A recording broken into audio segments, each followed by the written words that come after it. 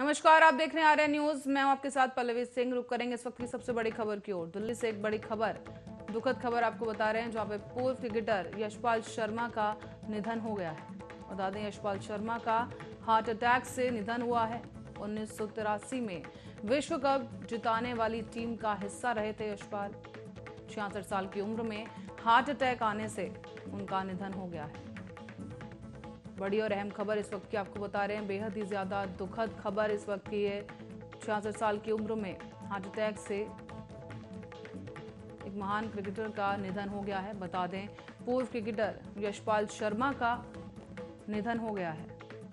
66 साल की उम्र में यशपाल ने ली अपनी अंतिम सांसें और हार्ट अटैक की वजह से यशपाल शर्मा का निधन हो गया है। बता दें कि 1983 में विश्व कप जिताने वाली टीम का हिस्सा रहे थे यशपाल, और हार्ट अटैक की वजह से 66 साल की उम्र में ही उनका निधन हो गया है।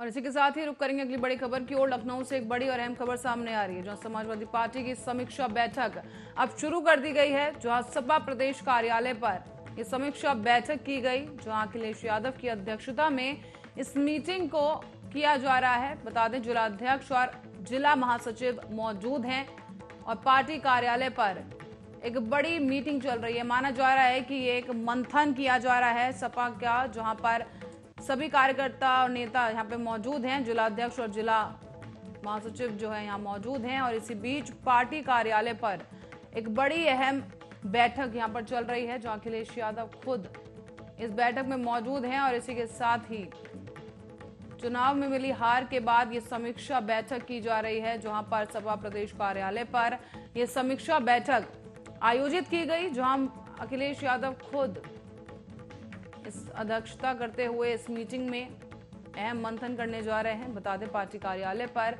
यह बड़ी मीटिंग चल रही है और जिलाध्यक्ष और जिला महासचिव सपा के यहां पर मौजूद हैं, और इसी के साथ ही मंथन किया जा रहा है। साथ ही आगे की रणनीति पर चर्चा होने के भी आशंका जताई जा रही है। इसी बीच आपको बता दें, लगातार सपा को उत्तर प्रदेश में जिस तरह से हार का सामना करना पड़ रहा है, उसको लेकर ये मंथन बैठक की जा रही है। मंथन बैठक यहाँ पर की जा रही है, जहां सपा प्रदेश कार्यालय पर ये समीक्षा बैठक जारी है। इस दौरान अखिलेश यादव की अध्यक्षता में ये बैठक की जा रही है, जहां पर सपा के जिला महासचिव भी मौजूद हैं, और इसी के साथ ही जिला अध्यक्ष वो भी इस बैठक में मौजूद हैं। साथ ही आगे की रणनीति को लेकर चर्चा की जा रही है। साथ ही हार का मंथन यहां पर किया जा रहा है।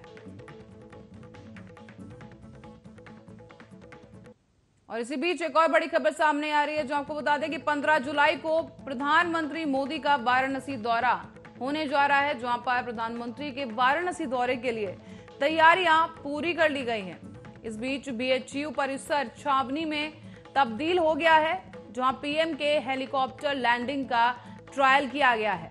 इसी बीच चप्पे चप्पे पर एसपीजी की कड़ी नजर बनी हुई है। बीएचयू के आईआईटी ग्राउंड पर मंच बनाकर तैयार भी कर लिया गया है, और सभी तैयारियों का खुद सीएम योगी आदित्यनाथ निरीक्षण करने पहुंचेंगे। बड़ी और अहम खबर इस वक्त की आपको बता रहे हैं, पीएम के दौरे से पहले सीएम योगी आदित्यनाथ निरीक्षण करने पहुंचेंगे। बीएचयू के आईआईटी ग्राउंड पर मंच बनकर तैयार हो चुका है, और साथ ही चप्पे चप्पे पर निगरानी रखी जा रही है। लेकिन इन सब के बीच तमाम तैयारियों का जायजा लेने खुद प्रधानमंत्री की जो दौरा होना है, उसकी तैयारियों का जायजा लेने के लिए खुद मुख्यमंत्री पहुंचेंगे निरीक्षण करने, और सीएम योगी आदित्यनाथ खुद वाराणसी पहुंचकर सभी तैयारियों का जायजा लेंगे। बता दें, वाराणसी में प्रधानमंत्री नरेंद्र मोदी दौरा करने के लिए 15 जुलाई को पहुंचने वाले हैं, और इसी के साथ ही आईआईटी ग्राउंड पर एक मंच बनकर भी तैयार कर लिया गया है, और आज प्रधानमंत्री के हेलीकॉप्टर की लैंडिंग को लेकर भी रिहर्सल की गई। बढ़ते अगली खबर की ओर, जहां कोरोना को लेकर एक अच्छी खबर सामने आ रही है। देश में कोरोना की रफ्तार धीरे धीरे अब और भी ज्यादा कम होने लगी है। रोज आने वाले नए मामलों और मौत की संख्या में लगातार कमी दर्ज की जा रही है, और पिछले 24 घंटे में कोरोना के 32,906 मामले सामने आए हैं। बीते दिन कोरोना से 2020 लोगों की मौत हो गई थी और इसी के साथ ही अब तक कोरोना से 4,10,784 लोगों की मौत हो चुकी है। तो वहीं अब पिछले दिन 49,007 लोग डिस्चार्ज किए गए और इसी के साथ ही रिकवरी रेट बढ़कर के 97.22% पर पहुंच गया है। और इसी बीच देश में अब तक कोरोना वायरस वैक्सीन की 38,14,66,646 से ज्यादा डोज भी लगाई जा चुकी हैं। तो वहीं कल वैक्सीन की 40,65,862 डोज दी गई और अब तक 30,66,12,781 लोगों को पहली डोज कोरोना वैक्सीन की लगाई जा चुकी है और साथ ही 7,48,54,865 लोगों को दूसरी डोज दी जा चुकी है। देश में टीकाकरण का तीसरा चरण शुरू होने के बाद से 18 से लेकर 44 साल आयु वर्ग में 11,41,34,915 लोगों को पहली खुराक दी गई, जबकि 38,88,828 लोगों को दूसरी कोरोना वैक्सीन की खुराक भी लगाई जा चुकी है।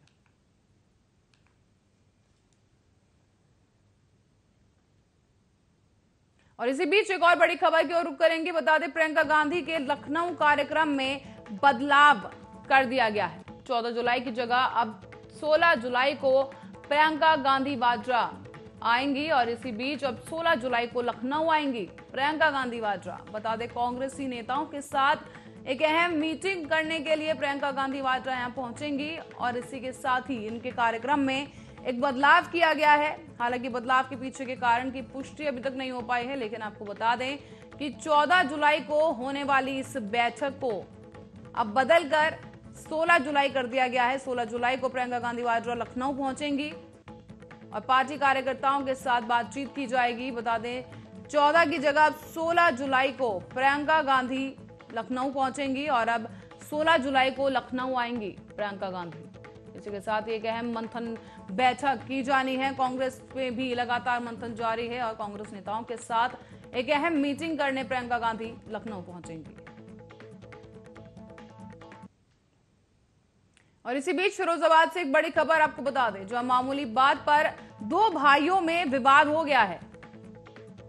इसी बीच विवाद में बचाव के लिए आए व्यक्ति को भी भाइयों ने जमकर पीटा। मारपीट के दौरान दोनों पक्ष के कई लोग घायल हो गए हैं। सभी घायलों को इलाज के लिए अस्पताल भेजा गया। थाना नारखी के सुनावई गांव का मामला बताया जा रहा है, जहां पर दो भाइयों के बीच विवाद हो गया और बीच बचाव करने पहुंचे एक शख्स की भी भाइयों ने इस विवाद के दौरान जमकर पिटाई कर दी है। तो वहीं दो पक्षों के बीच हुए संग्राम में कई लोग घायल हो गए हैं। सभी घायलों को अस्पताल में भर्ती कराया गया है। तो वहीं पुलिस ने इस पूरे मामले का संज्ञान लेते हुए आगे की कार्रवाई शुरू कर दी है। फिरोजाबाद से इस वक्त की बड़ी खबर आपको बता रहे हैं, जहां पर दो पक्षों के बीच विवाद हो गया। बता दें, ये दोनों भाई हैं जिनके बीच ये विवाद हुआ है। मारपीट शुरू हो गई तो वहीं बीच बचाव करने आए एक शख्स की भी दोनों ने पिटाई कर दी है, जिसकी हालत काफी गंभीर इस वक्त बनी हुई है। बता दें, सभी घायलों को इलाज के लिए अस्पताल भेज दिया गया है। तो वहीं पुलिस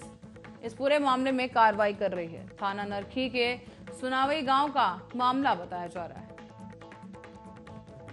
और इसी बीच स्वास्थ्य सेवा क्षेत्र की प्रमुख कंपनी एबॉट ने कहा है कि उसने भारत में वयस्कों और बच्चों में लक्षण वाले या बिना लक्षण वाले SARS-CoV-2 वायरस का पता लगाने के लिए कोविड-19 घरेलू परीक्षण किट पेश की है, जिसकी कीमत 325 रुपए होगी। और एबॉट ने एक बयान में यह भी कहा कि कंपनी लाखों की संख्या में पेनबियो कोविड-19 रैपिड एंटीजन परीक्षण किट देगी, जो कि निजी उपयोग के लिए उपलब्ध हो सकेगी। कंपनी ने यह भी कहा कि इससे शहरी और ग्रामीण इलाकों में स्वास्थ्य प्रणालियों पर बोझ कम करने में मदद मिलेगी। इसी बीच एबॉट ने यह भी कहा कि किट की मदद से अब घर पर ही आसानी के साथ कोविड-19 वायरस की जांच की जा सकेगी।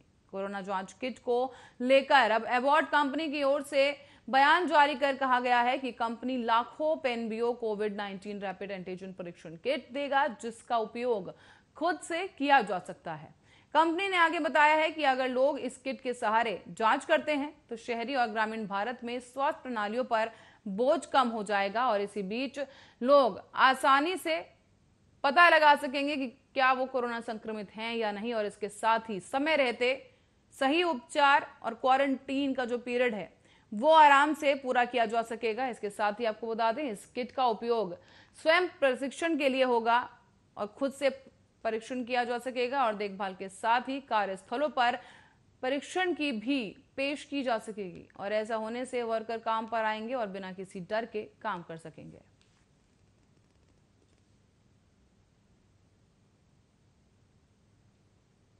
डोमिनिका कोर्ट से भगोड़े हीरा कारोबारी मेहुल चौकसी को मेडिकल आधार पर एंटीगा और बारबुडा जाने के लिए अंतरिम जमानत दे दी गई है। यह जमानत सख्त तौर पर एंटीगा में इलाज के लिए दी गई है।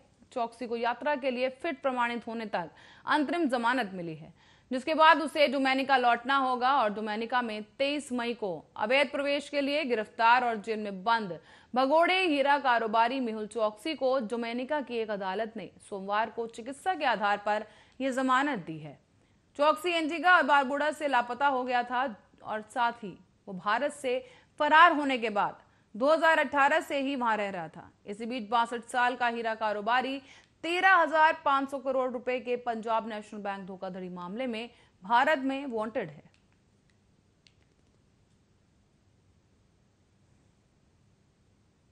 और कोरोना के खिलाफ दुनिया भर में लड़ाई जारी है। कोशिश की जा रही है कि ज्यादा से ज्यादा लोगों तक कोरोना की वैक्सीन पहुंचाई जा सके। ऐसे में तमाम देशों में युद्ध स्तर पर कोरोना वैक्सीन का काम भी चल रहा है और इसी बीच विश्व स्वास्थ्य संगठन ने कोविड-19 वैक्सीन के मिक्सिंग और मैचिंग को लेकर चेतावनी जारी कर दी है।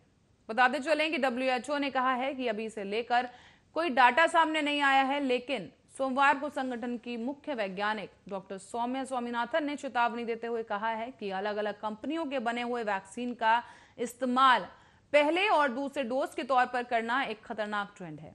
विश्व स्वास्थ्य संगठन की तरफ से ये साफ कर दिया गया है कि इस मिक्सिंग के क्या परिणाम होते हैं। फिलहाल इसके बारे में कोई डेटा उपलब्ध नहीं है, लेकिन एक ऑनलाइन ब्रीफिंग के दौरान स्वामीनाथन ने कहा है कि कई लोगों ने हमसे पूछा कि उन्होंने वैक्सीन की एक डोज ले ली है और अब उनकी योजना दूसरी डोज किसी अन्य कंपनी की लेने की है। ऐसे में लेकिन ये थोड़ा खतरनाक जरूर हो सकता है। ऐसे में हमारे पास वैक्सीन के मिक्सिंग और मैचिंग को लेकर कोई डेटा उपलब्ध नहीं है, इसीलिए फिलहाल के लिए इस तरह की योजना पर प्रतिबंध लगाने के लिए कहा है और कहा गया है कि जो खुराक, जिस कंपनी की भी खुराक आप पहली ले रहे हैं, दूसरी खुराक भी उसी कंपनी की ली जाए।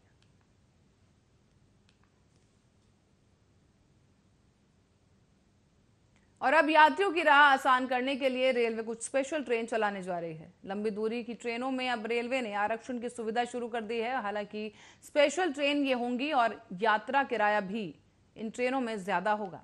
बताते चले कि कन्याकुमारी कटरा से साप्ताहिक स्पेशल ट्रेन 9 जुलाई से चलाई जाएगी।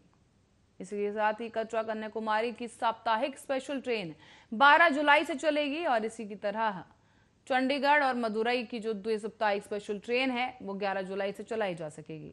वापसी की दिशा में चंडीगढ़ से मदुरई आने वाली द्विसाप्ताहिक स्पेशल ट्रेन को 16 जुलाई से चलाया जाएगा और इसी के साथ ही कटिहार से अमृतसर जाने वाली दैनिक स्पेशल ट्रेन को 26 जुलाई से चलाया जाएगा।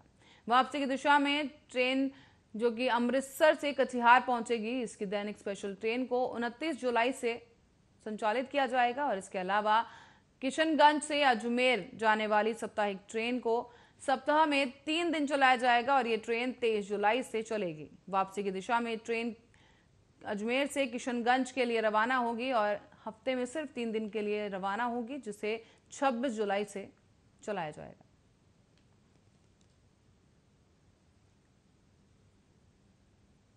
तो दिल्ली एनसीआर के कुछ इलाकों में बारिश शुरू हो गई है। जानकारी के मुताबिक पालम और संसद मार्ग पर बारिश हो रही है और इसके साथ ही गुरुग्राम के कुछ इलाकों में भी बारिश की खबर सामने आई है। गुरुग्राम में कुछ इलाकों में पानी भरना भी शुरू हो गया है और वैसे इस बारिश का इंतजार करते करते लोग थक भी गए थे।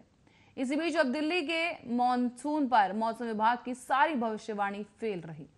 बता दें कि आज के लिए भी मौसम विभाग ने बारिश का अनुमान जताया था, लेकिन आज से शुरू हुई बारिश से दिल्ली एनसीआर में लोगों को गर्मी से राहत जरूर मिलेगी। दिल्ली के ऊपर दक्षिण पश्चिम मॉनसून के आगे बढ़ने को लेकर कई पूर्वानुमान में त्रुटियों को लेकर आलोचना का सामना कर रहे मौसम विज्ञान विभाग ने सोमवार को कहा कि राजधानी में मॉनसून के आगे बढ़ने की भविष्यवाणी करने में संख्यात्मक मॉडलों द्वारा ऐसी विफलता एक दुर्लभ और असामान्य घटना है। ऐसे मौसम विज्ञान विभाग ने कहा है कि उसके नवीनतम मॉडल विश्लेषण से संकेत मिला था कि बंगाल की खाड़ी से निचले स्तर पर नम पूर्वी हवाएं 10 जुलाई तक पंजाब और हरियाणा को आच्छादित करते हुए उत्तर भारत में फैल जाएंगी, जिससे मॉनसून आगे बढ़ेगा और 10 जुलाई से दिल्ली समेत इस क्षेत्र में वर्षा हो सकती है।